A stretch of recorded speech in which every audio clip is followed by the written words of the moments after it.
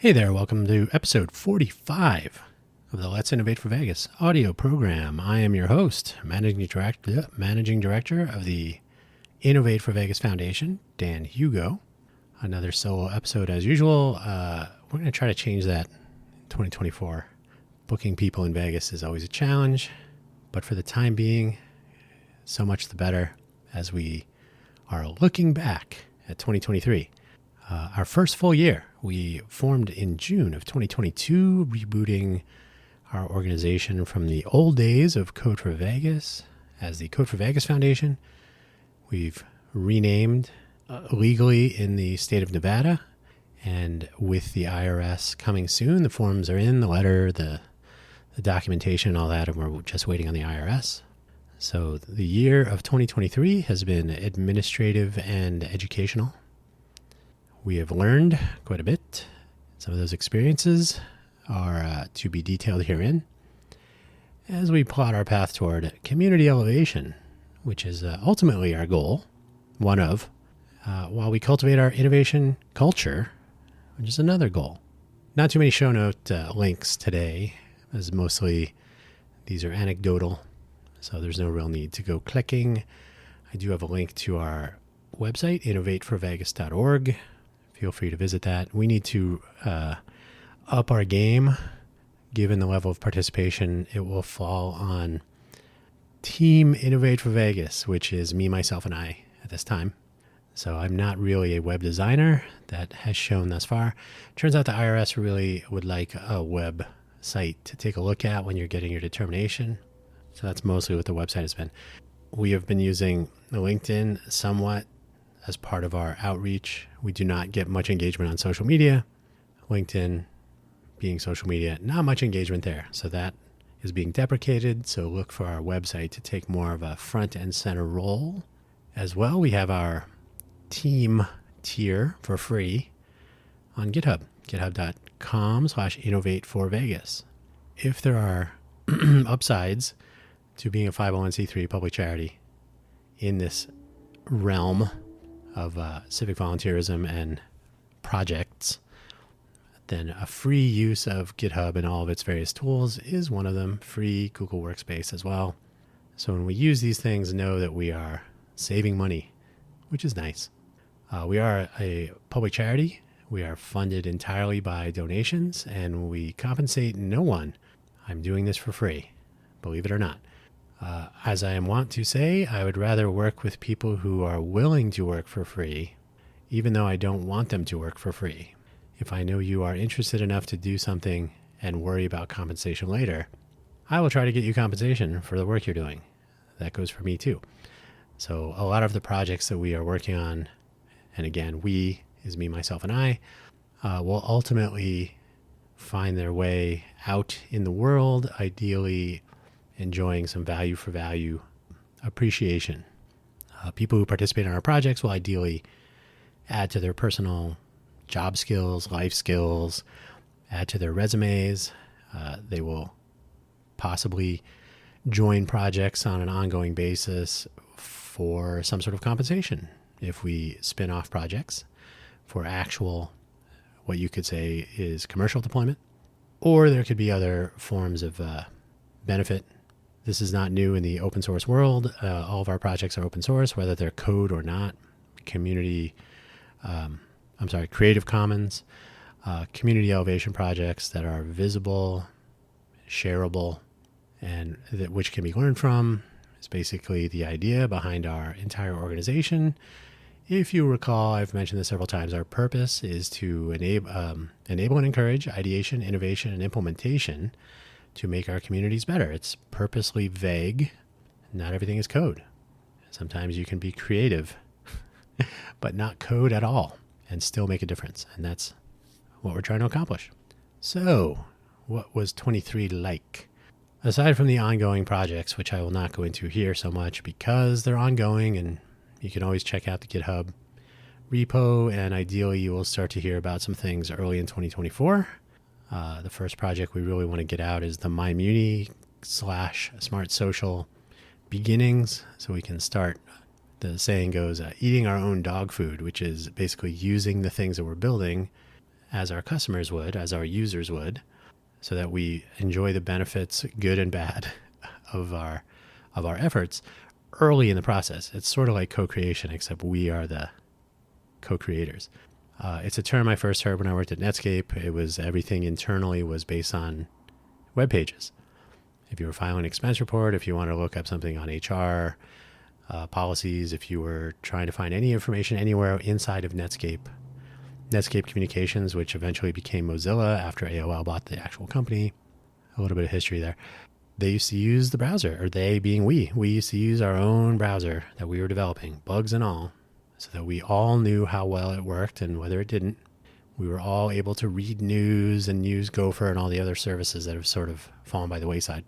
So using our own products is a part of the process, and so we will move away expeditiously from LinkedIn, already kind of given up on Twitter, never really had any engagement on Instagram, so we can start presenting our own internet presence to the world that we have more control over, and that we can try out our own components, whether they're visual, audio, language translations, accessibility, etc., on our own stuff first, eating our own dog food.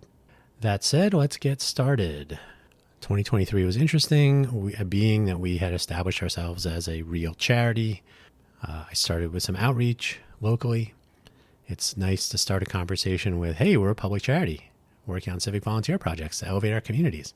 That doesn't always get much of a response here in the greater Vegas area, but sometimes. I reached out to BattleBots. The BattleBots studio is near the Strip. It's just off the Strip.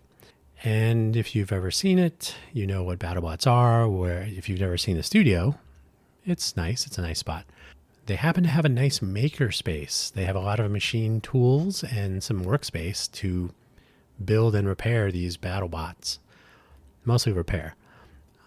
But when I went and visited, I had a nice tour of the studio and the facilities. We had a really good discussion about the possibility of using their makerspace. My proposal was that we would do it during the summer on their dark days, the dark days being Monday and Tuesday, if I recall correctly. So students during the summer would have some time when they're not in school. We could take advantage of the Monday and Tuesday days and make use of this makerspace for a couple of months and see what people would want to build. So I think we had this conversation in about February. Like I said, it was really good. It was a really good meeting, very supportive. Apparently the people who have founded BattleBots are very pro-education, pro-maker community, maker ethos. So all things were pointing to a positive collaboration. So very optimistic. Until this primary contact with whom I had such a great meeting, a lot of optimism, silently departed Nevada. I believe he moved to Tennessee. Disappeared. Didn't really communicate that he was leaving or after he left about who I should speak to in his absence, his successor. So we'll see what 2024 brings, if we can begin that conversation anew and where it will go. That was something of a disappointment, but we didn't get far enough along to be too disappointed. It was more of a planning stage pivot required. Not a surprise, still a disappointment. Talks.Vegas. The initial effort started with some outreach to the Ignite Vegas organization. There was an Ignite Talks. Ignite Vegas was a thing many years ago. I think the last time there was an Ignite Vegas official sort of sanctioned presentation was 4 to 5 years ago, maybe longer. I can't remember. I had a conversation with the person that's now running the organization and the brand. There's a $100 licensing fee to become an authorized chapter. There are some rules to follow for presentations. They own the publishing chain, so to speak. So everything must be branded and controlled under their umbrella. So it's a little bit draconian, but I thought it might be interesting to just kick that off again to connect the people of the greater Vegas area who are doing their thing. Could be an entrepreneurial venture, could be an art project, could be a wish, a dream, an interest area, an area of expertise, a story, anything. Engaging people, especially people who are not normally getting attention. Las Vegas, even Clark County, is not that big Clark County at 2.3 million people. City of Las Vegas at about 580,000-ish, under 600. So that's not a billion people. There should be opportunities to tell your story. Ignite Vegas seemed like an interesting path, but some of the rules were a little weird, and it became more plausible to try our own ideas out. There are several formats. Ignite, if you're not familiar, is a timed slide presentation. I believe it's 20 slides in 5 minutes. There are variations on that theme. There's Paku Kichu. No, what is it? I can never remember. There's a variation on Ignite that is very similar. So I think it's 15 seconds per slide.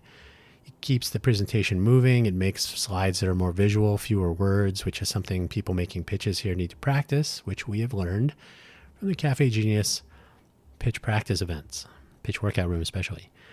So it encourages a visual presentation with more storytelling, not so many bullet lists and diatribes in written form on slides. There are lightning talks, which tend to be longer, 10 to 20 minutes. So you can imagine Talks.Vegas taking on a sort of a homegrown, bottom-up design, using some existing formats that are open source, not so tightly controlled, and most importantly, being very inclusive. The way that I describe it is we have a substantial veteran population here, and we have certainly a population of people who don't always speak as quickly as others. There are people who may need a few extra seconds and would not be able to adhere to the stricter 5-minute guidelines or 10 minutes or whatever it is. In my view, and the example I gave in my conversation was that if Stephen Hawking were making a presentation in a Ignite format and he was going to run over by a few seconds, I would rather hear what Stephen Hawking had to say than hold him to, the 5-minute limit. You need 5 minutes and 10 seconds? Yeah, that's reasonable. The person is in some cases, and this would be optional in my view, if Dr. Hawking said, nope, I'm going to stick to the 5 minutes. That's on me. Well, go for it. But I believe I would rather hear the story than follow the rules like a draconian service master. So that did not jibe with the Ignite rules. That was going to be the goal here. So eventually when Talks.Vegas does get up and running, we will pursue inclusivity, not in the woke sense, but in the human sense. If you want an extra 10 seconds, I'd rather hear what you have to say. I'd rather hear your story than cut you off mid-sentence. And that's just the way it is. The initial goal was to have a variety of formats, like I said. So we would need venues and multiple speakers, and to kind of keep it moving, kind of monthly, maybe 3 or 4, 5, 6, depending on the time and the venue and the participation and the audience and so on. And we would create, reasonably high quality video versions and post them online and share them with the world so that people would know that there are actual human beings doing interesting things that are not specifically and sort of vertically constrained to the fun economy. Nothing wrong with the fun economy, but there are other things and other people doing them here in Vegas. And so the goal was to expose that other side of Vegas, the parts that people don't visit, the suburbs, the west side, the historic west side. I live way up north. There's different parts of places that are not really in the city of Las Vegas, but are still considered Vegas. So just learning about these things and sharing those things with people who come here and have no idea that there is life beyond the Strip, for example. So that was the goal. We had 4 people present in June of 2023. 2023 was going to be the kickoff and experimentation. So they were intended to be, or they were not intended to be perfect. They were intended to be startup style presentations, right? So a little rough. All 4 of them probably would have benefited from another run, which is fortuitous. It turns out that the way to enable Talks.Vegas was to connect with potential sponsors so that after our initial presentations and after our initial captures and edits and postings of our Talks.Vegas presenters, we were able to take advantage of some free or basically available time in a small theater. And to make that work moving forward, we would need to connect with some sponsors, whether they were the venues themselves or people willing to help out with the venues, to make a community-driven effort. And as a public charity ourselves and working with another charity to coordinate this outreach, that was the idea, was to enable these things and make them a sponsorable platform, ideally local sponsors. There was some miscommunication and maybe some expectations were not set correctly. Sometimes if you're an attorney, you'll hear meeting of the minds, and there was definitely not that. So we had to set this project back on a back burner. Better communication with people who understand transparency will help us get to the place where we need it to be. So Talks at Vegas on the back burner, ideally making a comeback sometime in 2024.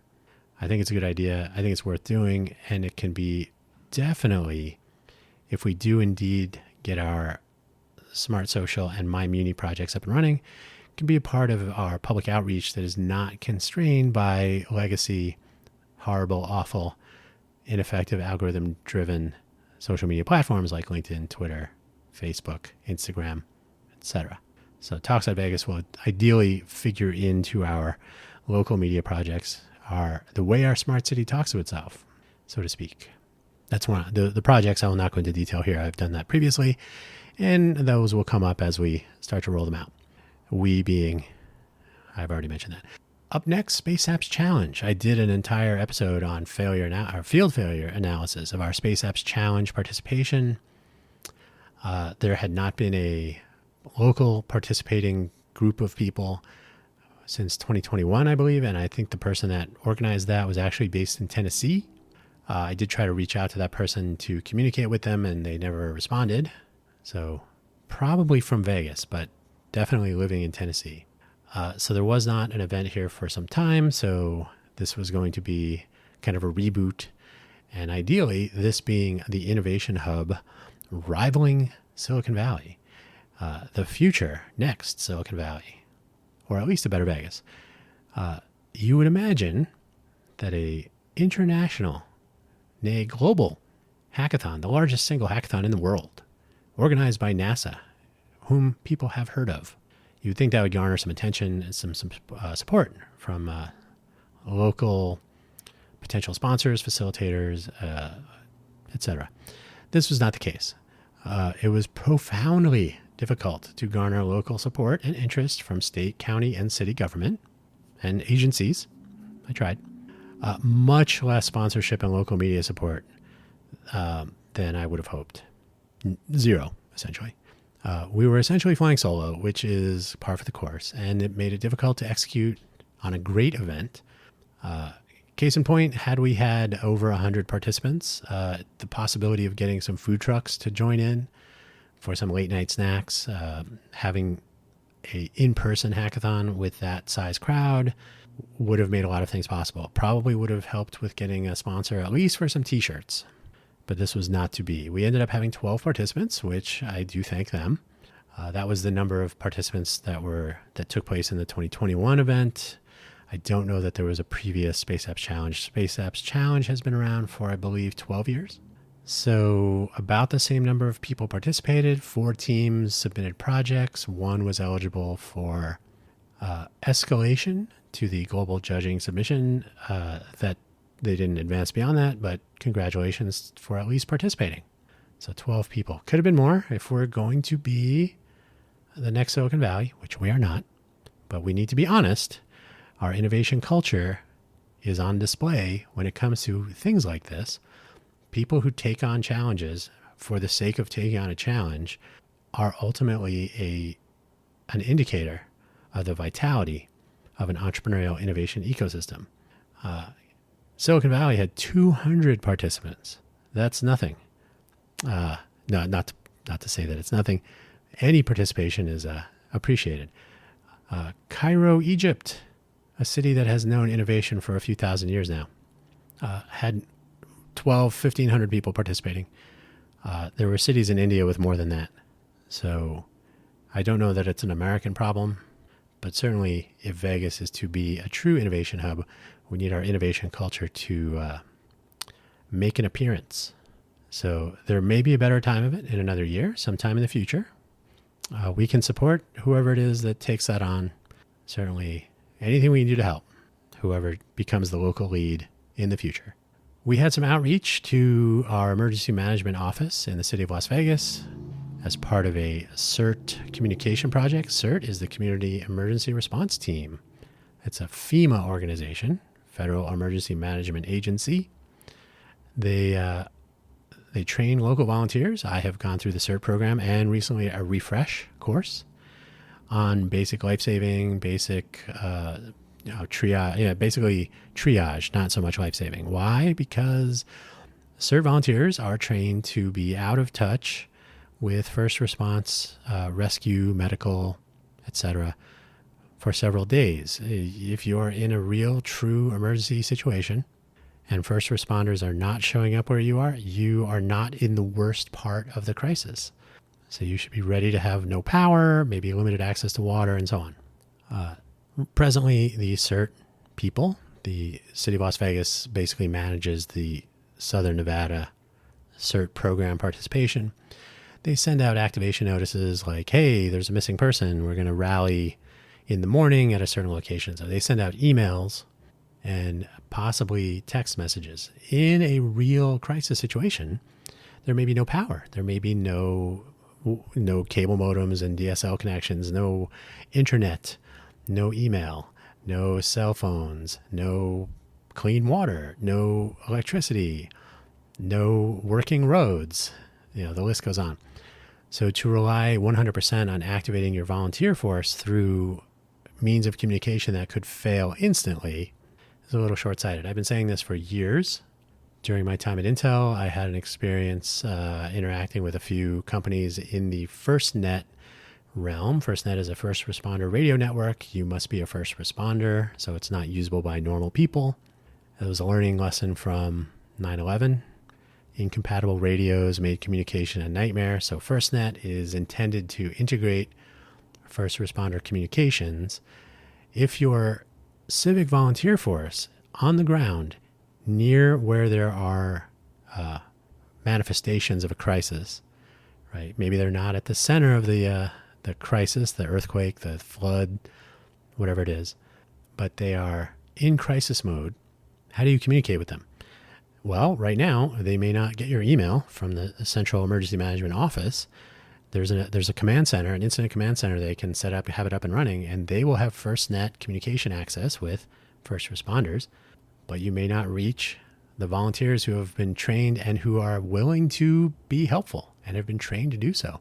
And in the lightest possible way, have been equipped to do so with some basic medical supplies and some work gloves and a hard hat and all that stuff. So enabled, but left to chance when it comes to communication. So I've had discussions, and I actually, breaking news, in the last week, have established a direct path. I have hardware selection, some initial software selection. There are some features that need to be added to support secure communications. There are a couple of features that will work with the volunteers themselves, and then a slightly different version of this device. It's a hardware device to work with people who might not be completely ambulatory in the case of a crisis, so that they can be communicated with without traditional communications in place. So battery powered, GPS, maybe solar, mesh networking, so decentralized, but bridging to the FirstNet network through the crisis command center.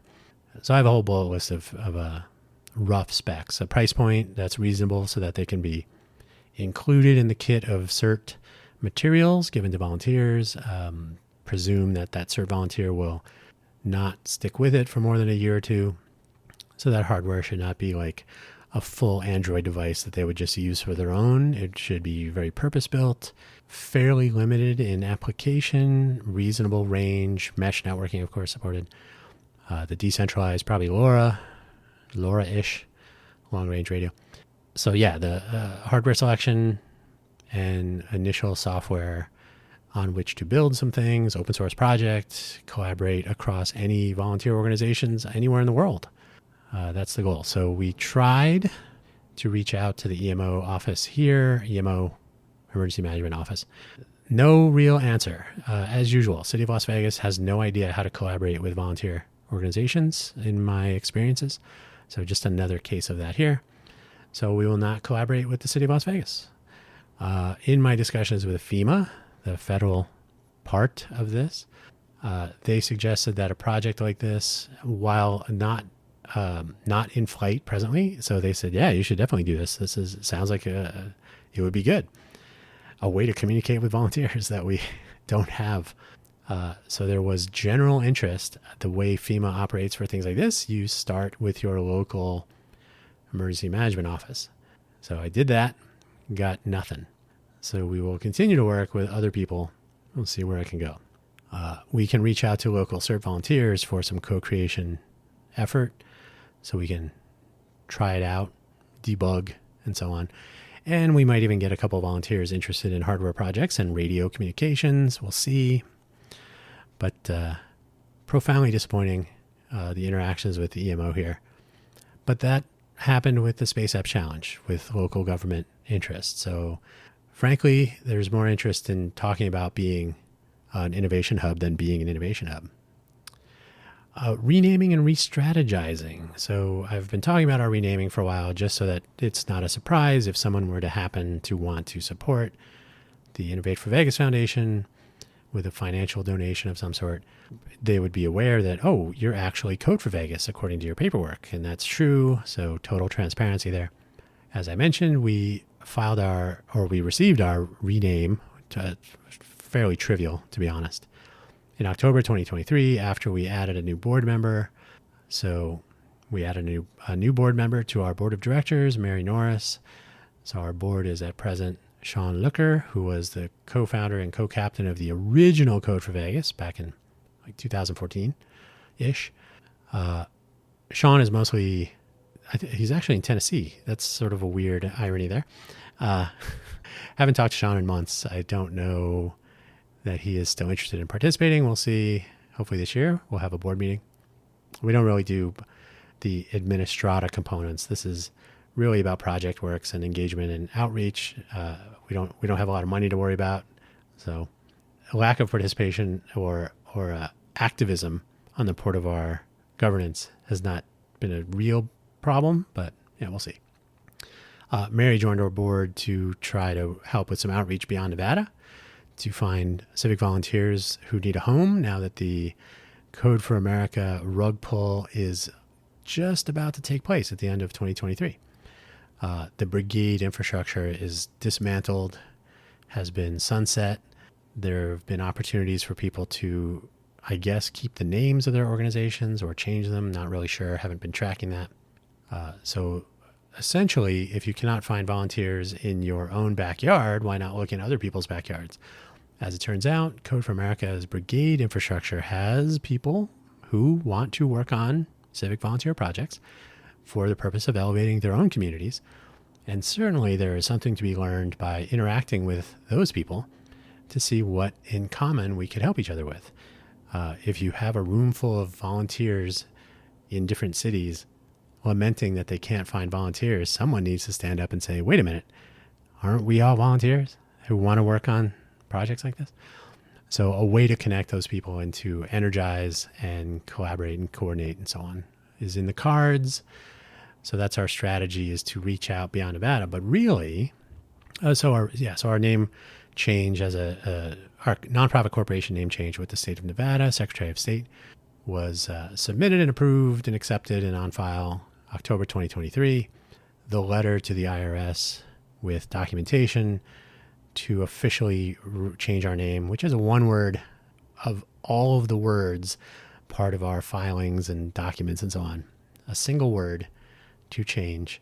Once we get our affirmation letter from the IRS, which will hopefully be sometime in early 2024, we will be able to update our banking and other documents and so on. But for all practical purposes, we are Innovate for Vegas Foundation. If you want to write a check, write it to Code for Vegas Foundation for the next month or two. But our 501c3 status will remain unchanged. It is and has been in place and will continue to be with our same EIN and so on. So, but the strategy definitely, you do not need to be in Las Vegas to innovate for Vegas. The upside is that we have approximately 40 million people visiting Las Vegas. So civic volunteer community elevation projects could see various eyeballs or be seen by various eyeballs from different parts of the world, not necessarily in Las Vegas. So rather than building projects that are Vegas centric, we can build projects that are people centric, and we have no shortage of people visiting. The population of Southern Nevada is about 2.3 million according to the census. So, give or take. And the population of city of Las Vegas is 577, maybe 560, less than 600,000. But according to the LVCVA, the Las Vegas Convention and Visitors Authority, there are approximately 40 million people, give or take, visiting Las Vegas each year. The number of people visiting Las Vegas has actually been on the rise. I thought at one point several years ago that it was closer to 50 million, but not the case. I think I was thinking it was about 48 million. But from what I understand, I would have to check that. That's an annual number. The LVCVA website, lvcva.com, not in the show notes. You can check it out if you like. The LVCVA website has a research section. You can look at various numbers, various reporting periods, monthly, weekly, week over week, month over month, year over year, different verticals, tourism, gaming, etc. So if we have 40 million people coming here, 2.3 million people living here, we can work on projects that are aimed at cities but can be used by people from other cities or other communities. And ideally, when they hear that Las Vegas is a smart city, we, the people, can make it a smarter smart city. And then they can go back home and say, oh, we could be a smart city too. And maybe they'll find volunteers in a civic volunteer organization in their place of residence. And we can all collaborate and make the world a better place.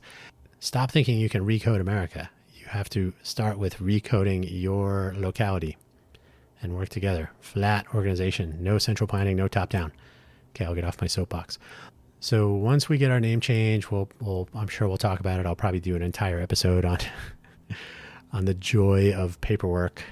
As an uncompensated volunteer, none of our board members or any people in the governance of this organization are paid directly. We take no salaries and so on. So if people want to support individuals, if I work on a project and you'd like to tip the project, that's something we're working on a value for value model. As I said, I don't want people to work for free, me included, but I want you to be willing to work for free, as am I. So the actual mechanisms for getting some sort of benefit for your time, and this is true in all open source software. If you contribute to an open source project, you can either do so as an employee of a company that is supportive of this. They enable you to donate your time and creative works without being encumbered by sponsor ownership. That is, you can contribute your work unencumbered under a, for example, GPL v3 license and not have your employer say, wait a minute, we own that, right? They are agreeing up front to pay your salary for your time to make that contribution. Same with creative works of any kind, not just coding. But in general, people who do make the effort and make a difference should receive something, whether it is money in their pocket or job opportunities or additions of note and worth to their portfolios and resumes and life experiences. So we're accomplishing that slowly, and we'll see if it's surely. And whether it's me, myself, and I working on projects solo and taking forever, or if there are people who want to join in once they become aware of what's going on. During the last year, we did have a pretty dramatic drop off in any form of participation or even interest in our projects. My personal take is there's a need to receive direction by people who were looking for it. What's in it for me, so to speak? Occasionally, but less so eventually, is there free food? The food will come for you. You should not come for the free food. So without sponsors, there's no snacks. Without people participating, there's no sponsors. Piece of cake. So deploying, and I've done a presentation about this in our strategy episode about a week or two ago. Strategy for 2024, Top Gun Maverick shows his class how to do it by taking it himself. The 3 minute, 2 minute, 3 minutes and 15 second mission. So yeah, it'll take longer. In this case, it won't take shorter, but we'll deploy projects eventually. And if people want to join in once they get it, we'll see how that goes. So re-strategizing how we engage with a population as well. We used to say anybody's welcome, come on down. And what we would end up with is people visit, ask a lot of questions, they feign interest, they want to participate. Of course, I would love to participate in this, that, the other thing. And we never hear from them again. It turns out when everybody's a volunteer, that's profoundly expensive. So we simply can't scale in that direction at this time. So people who would like to work on projects need to have done work before on projects, open source especially, but they need to demonstrate an interest and gumption to actually put in the effort, the time, and to deliver on something. We have the Agile for Volunteers methodology in place to try to maximize a 2-week interval of participation. Whether it's code or not, doesn't matter. And so we need people to demonstrate that they can do these things. Otherwise, it's just simply unsustainable to pretend to participate and to introduce that cost in time and energy to an organization that is 100% volunteer driven. A bit of a learning experience. It's something that we will be taking profoundly seriously into the future. Submissions to projects. There's an entire infrastructure in place on GitHub for pull requests. Those tend to be more code oriented, but they could be documentation and translation, and even logo and some other tools that we can integrate in as external components. But you should be able to contribute to a project first before becoming a part of it. That's how open source, open development works. So we'll see how that goes. In the meantime, like I said, we'll deploy a project or two. We'll do it slowly because we don't have the headcount and the level of interest that would make this work more quickly. But we'll see what happens. So we need to learn from direct engagement. We, as I mentioned, have an Instagram account that nobody interacts with. I don't think we've posted anything of any sort of note since the sign-up process for the Space Apps Challenge, which was back in like August, September sometime. Other than that, we have people following that don't interact or engage. There's not much point to Instagram. Instagram is not really for innovation. There is a hackathon hashtag on Instagram, which is not totally active, but interesting.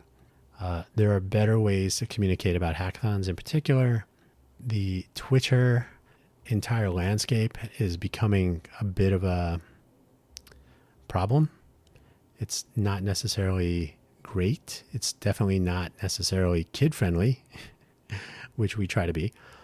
And so it makes no sense to try to use a platform that is turned into what Twitter has turned into, and we don't have any real engagement.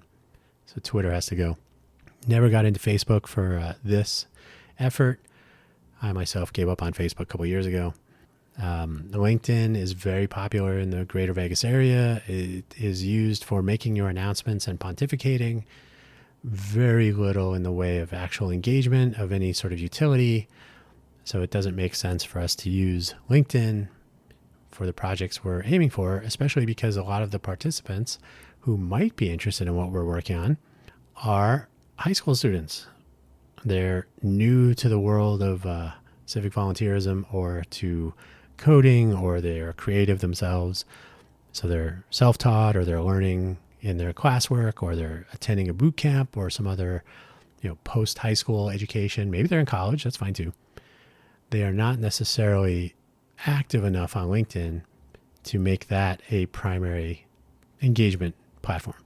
And then the people who do engage us on LinkedIn are not taking part in projects. So they're pat on the head, like and share doesn't really get us anywhere. So the value proposition for legacy social media, and this is true in a lot of ways from a lot of people, is diminishing. There are diminishing returns from time spent feeding algorithms, and the AI landscape will only make that more challenging. It is very obvious when you encounter content that is generated by AI.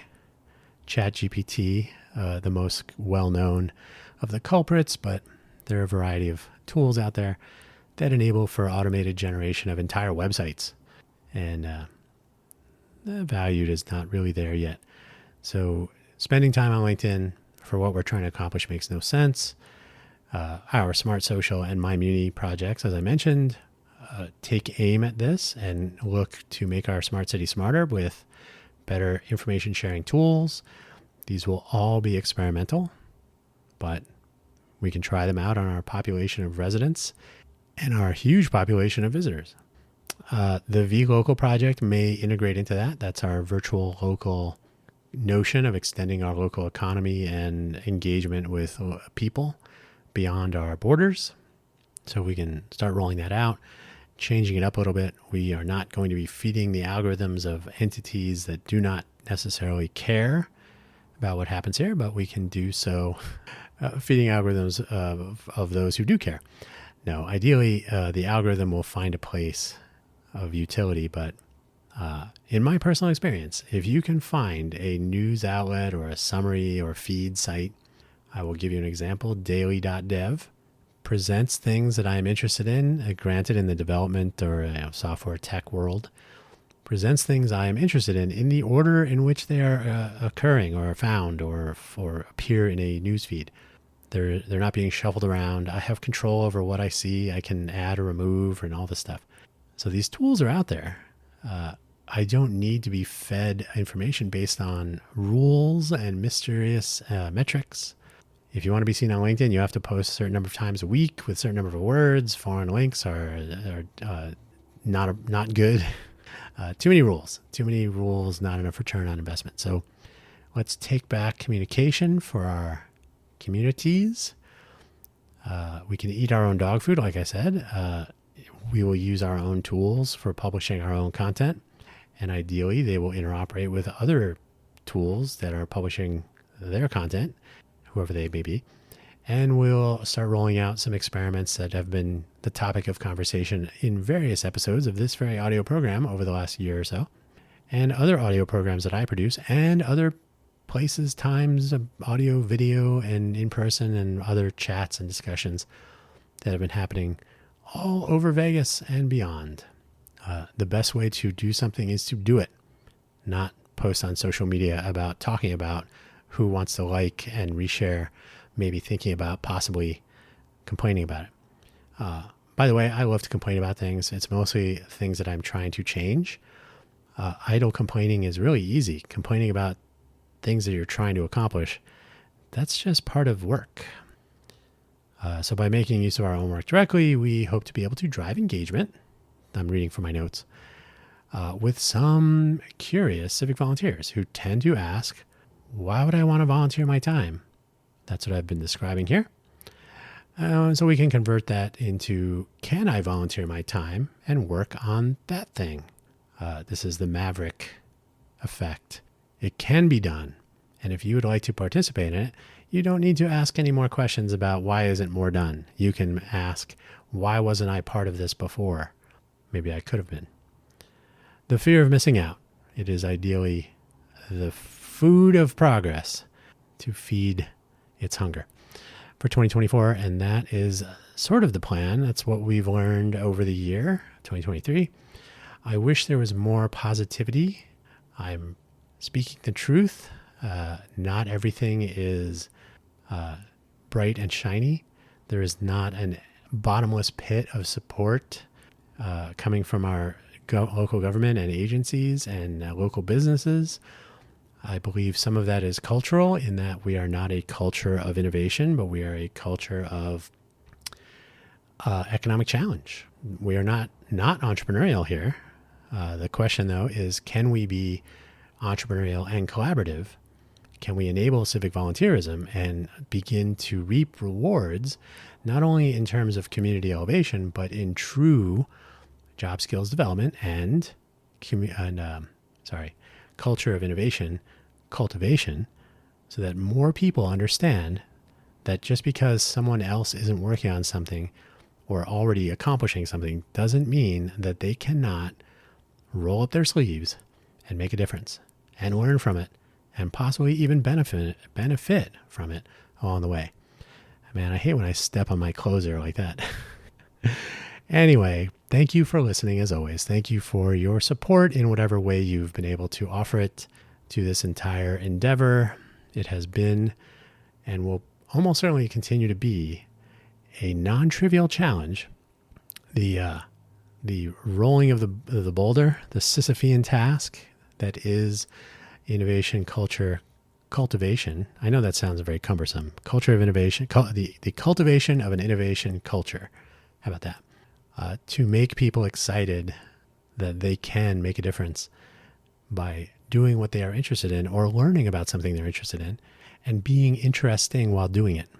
There's very little in the way of downside. If you believe this is a waste of time, you are thinking about it incorrectly.